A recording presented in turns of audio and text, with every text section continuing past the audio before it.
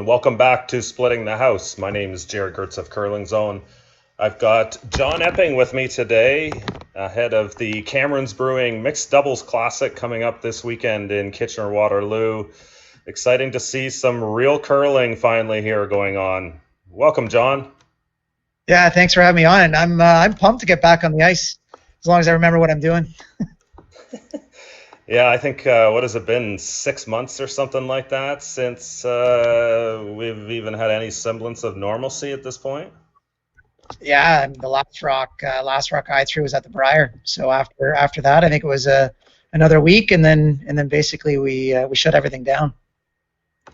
So you've been quite busy this summer. I know you're kind of picked up a few things. I know your husband Tom and yourself have been spending a lot of time together up at the cottage.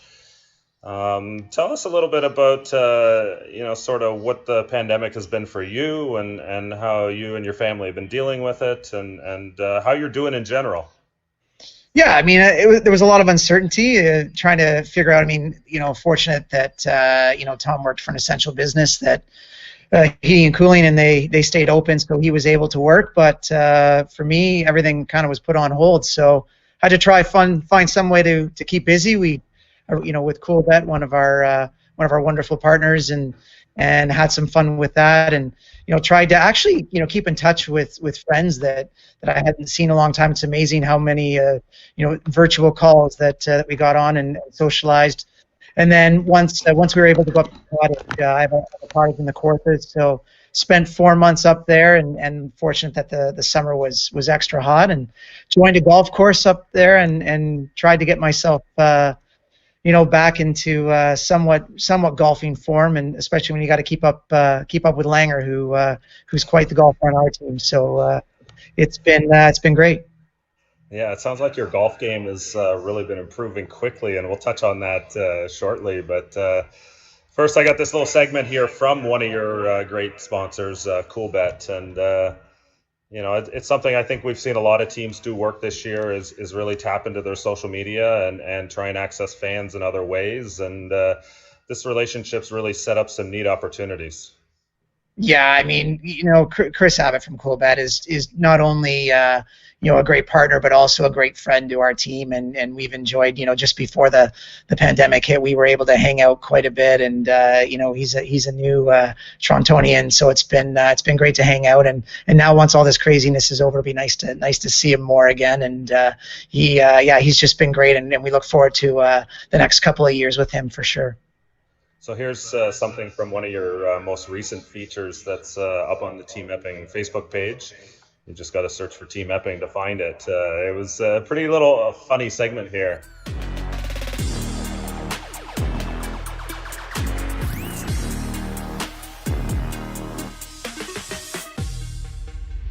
You talked about trying to get along with your families now, which I think a lot of people are trying to do, but usually you're on the road probably trying to get along with each other. You guys spend a lot of time on the road. I don't know if you have the rule of what goes on the road stays on the road, but I want you to break that rule right now, because I've heard a few stories of what goes on when you guys are out there. One being about a snowstorm in Portage this year, and all the power went out. Our first game, the power in the building kept flickering on and off, and I think we were in the second or third end, and the other team, they were throwing a really kind of heavyweight shot, and the lights just went out, and then they kind of came back on. I jumped off the ice because the rock was flying down the sheet.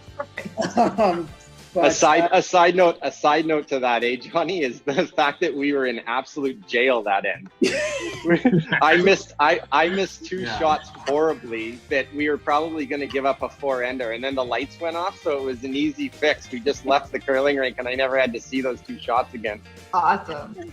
Yeah, another thing is in curling, you can play with 3 players. So, I mean, kind of sucks for Langer. Yeah. It's kind of normal, and yeah, I'm glad you pointed that out, Fry. I was gonna have to throw you on the bus. The work there, I know that you guys have done with Coolbet and the videos, social media has been really interesting. The poker tournament's been a lot of fun too, and I know I've joined in a couple of them.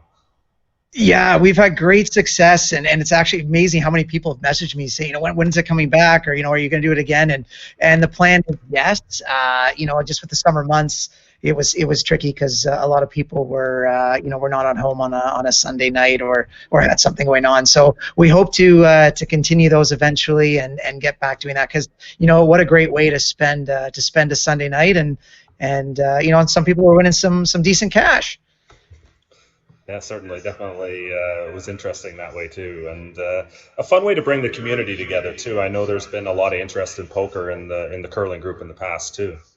Yeah, I know at a lot of events, a bunch of guys would get together and play poker, or so I mean, just to carry that on into a bigger farm. I think one of the biggest tournaments we had, I think we had almost 80 people enter, and I think for us it was really good to find out who the top poker players were on not only on tour but on Team Epping, and who the worst players are. That's a lot of fun. So this weekend coming up, there's a 10-team mixed doubles event. We've got yourself teaming up with Lisa Weagle, your partner. You've been playing together since the beginning, pretty much, haven't you? Yeah, I think we were maybe a year late getting into mixed doubles. It just took me a while to convince Lisa to play, but we've been playing. We took last year off, just with how busy everything was going. So yeah, we decided. I think kind of our relationship started again at the Continental Cup. We got paired together, and after the game, Lisa looked at me and said, "You know what? This was a lot of fun. Maybe we should do this again." And even after she broke up with me, a couple months before that, and when she broke up with me, she said, let's end on good terms. She said, though, but you can't play with anybody else. So it was kind of like, okay, well, I guess I'm done mixed doubles too, but we're back at it, and really pumped to get on the ice together. Lisa and I have been longtime friends since back in Bantam, so we've kept in touch and have a great relationship, and it's fun competing together with her. Yeah, and I think the two of you kind of bring out some great shot making in each other too. I remember, I think it was Oshawa where she played a massive off a winger to win a game or something like that. Yeah, she made an unbelievable kind of off the ashtray shot into the middle. It was just so awesome, and and it's such a neat thing for her to actually have to throw the last rock, right? So a bit of a different shot selection instead of just throwing guards, and of course the easiest shot for her is the tick. She makes it every time, right? So she doesn't really throw that anymore. She has to throw a bit of a mixture of shots, and which she makes most of them, of course. So of course that event starts Saturday at the KW Granite Club. We've got some curling going on then, and then of course the Stu Sells events, Oakville in first weekend of October, and then Thanksgiving is the Toronto version of the Stu Sells, all played at the KW Granite Club. Yeah, really thankful that KW's got their ice in, and I know all clubs right now are really preparing for the season, and KW's got everything in place and all the protocols, and I think this is a great weekend, especially mixed doubles, less players. I think a great chance just to kind of test the waters and make sure that we kind of get everything set and kind of set the standard for the season, and mainly looking Ontario, which is hopefully we'll play most of our Spiels, just the way the world is right now. But really thankful that KW is doing this, and to the teams that are going to show up this weekend and step on the ice and compete against each other. It's going to be a blast. Yeah, I'm looking forward to hopefully pulling this off this weekend and the rest of the weekends, and I think part of this is just getting our feet wet, getting out the door, playing the game. There's going to be a lot of safety precautions taken. We're going above and beyond even what they are requiring us to do. A couple things like, I know an idea Stu threw out there was the COVID tracking app, and making sure everybody shows up with that as part of the plan at the same time too. And I know there's going to be a lot of questions, right? The numbers right now are going up again, but we kind of have to figure out and find that balance between opening things up and being as safe as possible as well. Right, and I think that what you touched on, the best part is you're going the extra mile. You're maybe adding extra rules in, which I think is totally fine. I don't think curling could handle a huge setback we don't have the money that all the other professional sports have to get ourselves into any trouble. So I think just going that extra and above, and then I think we want to see curling being played. I think fans and the athletes are just starving to either watch curling, play curling, talk about curling more, and see it. So I think it's just, it's really big for. It's going to be a long winter for a lot of people if they don't curl, and if curling clubs don't open, that's a really long winter for them. And I hope we can make this work. And I think you know the curlers just as well as I do that we'll do our best and to follow every guideline we can to make this happen because we need it to. So stepping back, looking back at your summer again, this is a little fun video. I think it was the TPC Toronto at Osprey shared here. Oh, we lost it. There we go. Yeah, we. That's of course. We had a blast that day. We're really lucky that that we're during COVID we're able to play some golf and together, and that was kind of our big kind of social side together this summer. And then of course I noticed late this summer that all of a sudden John Epping was featured as a winner of some sort of golf thing, the RBC PGA Scramble. You take up golf at the beginning of the summer, and now you find yourself, winning titles. Yeah, I mean, I used to golf a lot as a kid and took a bunch of years off. I played once or twice a summer for the last, 10 years. And this summer I joined a club up in Bancroft and went into this tournament with some of the members I had met up there. And what do you know, we win. And it's called the RBC Scramble, and it's pretty incredible. They had over 1,000 people or 11,000 people enter across Canada.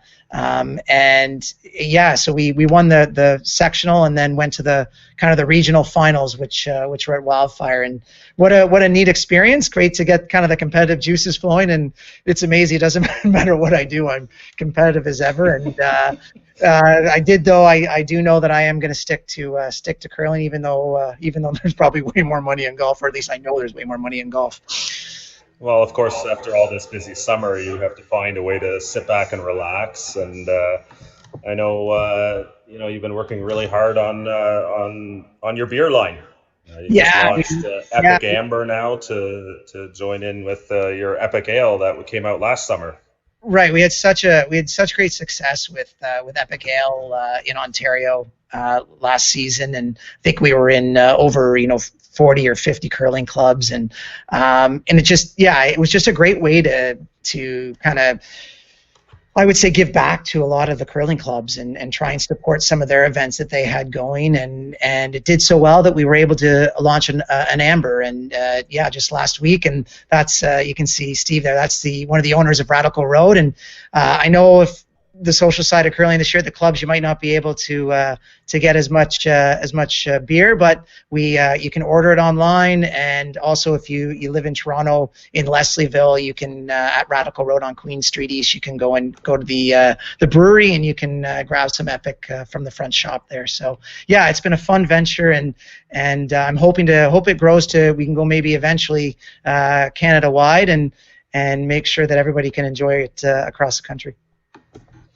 Yeah, I think it's an awesome venture to see, and it ties in really well to curling, and it's just a way for you to even continue building your brand and capitalize on what you're doing on the ice. I know it's certainly not easy, and you talked about money earlier with golf being such a bigger deal, but this season is going to be a challenge for you guys too. Your sponsors certainly have certain expectations, and it's hard work on you guys right now trying to keep up with that. Yeah, 100%, and we're just so fortunate to, and as most curling teams do, we have such good sponsors that we work with, and they're so supportive through this. They know that we're going to go to every extent that we can to be there on social media, be there on any virtual call they need. Also on any TV appearance we can get, streaming that we can do, we will go there and above and beyond, and they know that, and we're just so appreciative that they're going to stand by us and support us through these tough times, because the season definitely doesn't look like it normally would. throw a couple shout outs. Let us know about some of your sponsors, something unique about them or something as well. Happy to give them a little bit of airtime here too. Yeah, well, we're really lucky to have Live Relief, who, you know, as I found out from the Canada Cup, we are the oldest average age team on tour. I did not know that until I saw that stat. So Live Relief, it kind of makes sense that they're our title sponsor, I guess. Really lucky to have my father-in-law, the heating and cooling company Shipton's, along with OSMB, who's in, he lives in Oakville, and big curling fan and big supporter of our coach Jim Wilson. He sponsors their senior team, along with VR Mechanical, Coolbet, of course Epic Ale, Balance Plus, who I've been with for I can't remember the last time I wasn't with Balance Plus. They've been such great supporters, and I won't wear any shoe but theirs. So, you know, we've been, and of course Dynasty, who does apparel, all our apparel. Colin Hoshin does a great job, you know, with the jerseys, and everybody should support him. Should support curling brands. We need them to survive. Along with Cutter and Buck, they do all our off ice gear. They're actually big in the golf industry. So, and of course, been there, dumped that, who's been with us, and I know they've had a great summer with. I know a lot of people are doing renos right now. This is a big summer thing, so you know they've had a lot of success. So I know all our you know supporters and sponsors have done well through COVID, and again, you know, that's probably also a big part of the reason why they can stand by us. Well, thanks a lot, John, for the time this evening. Really appreciate getting a chance to connect again, and looking forward to seeing you on the ice this weekend. Yeah, I can't wait to see you, Jerry, and I hope everybody stays healthy and safe, and we can get back to somewhat of a normal life here soon. So, thank you. All right, thanks. We'll be back again with another episode sometime soon. Be sure to subscribe on YouTube, follow us on Facebook, and hit that bell on YouTube. Make sure you know when we are streaming next, and we'll be back soon. Thanks again, everyone. Take care.